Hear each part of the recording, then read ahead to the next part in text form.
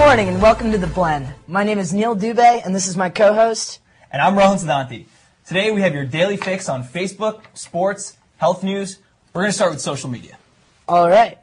So I want to start us off with this New York Times editorial that I was reading. It was about engagement. It had a wonderful perspective on what young couples, young Indian American couples, how they want to see their engagements go down versus, you know, what tradition dictates and what they really should be doing. And none of that really interested me. Exactly. What I want to talk about is a portion of the article about updating your Facebook relationship status. A big part of this was, they got engaged and then they're like, okay, so what do I do now? Do I put it on the Facebook? Do I not? Right. And there's that dilemma. Yeah, and it just had me thinking, how are people of our age generation, like, how relevant is updating your Facebook status? How important is it in our everyday life? Sure, and I'm totally with you on that. I think that for me, it doesn't really matter as much. I'm not really that much of a Facebook junkie. I think we both know that. Okay. But I don't really care as to what the information is that I constantly update, but I do care about the image, the profile that I'm kind of putting out there in the universe. How is it for you?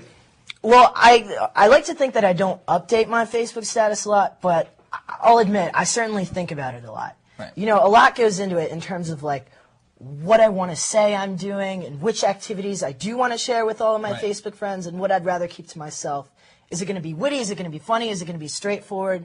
There's a lot of thought that goes into it, and I think there's no denying that. What's interesting is that there's gender differences. This is true. And there's also different norms on your social circle. So for girls, it might be okay that they say, oh, I just broke up with my boyfriend. Or as younger kids might say, oh, I just had a fight with my parents. Versus older people, we won't really get into that. Yeah, and guys won't really go into the relationship stuff. They tend to avoid that. These gender differences are real.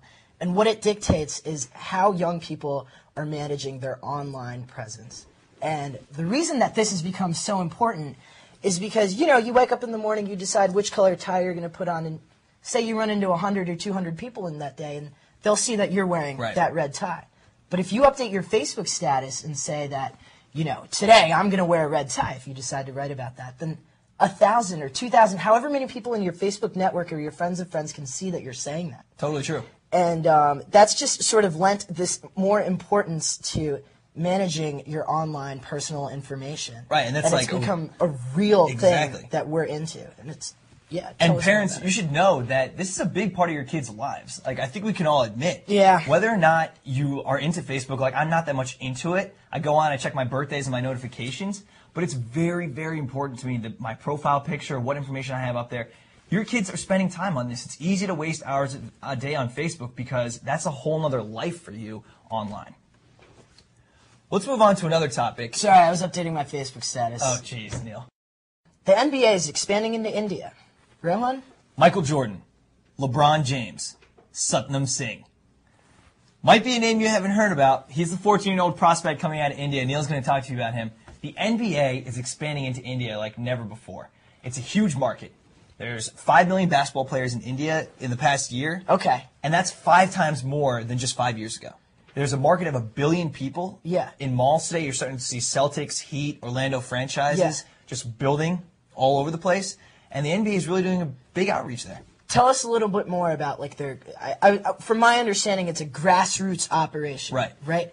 They're building up basketball courts in the neighborhoods and trying to get kids involved in the game at a really young age. Exactly. Right? What they're doing is they're creating like youth leagues, essentially. And they're mining for talent in the area. So what they're trying to do is create a culture in which basketball is cool. After all, it is an easy sport to play. You just need a hoop and a ball. Just like cricket, it's very, very low cost.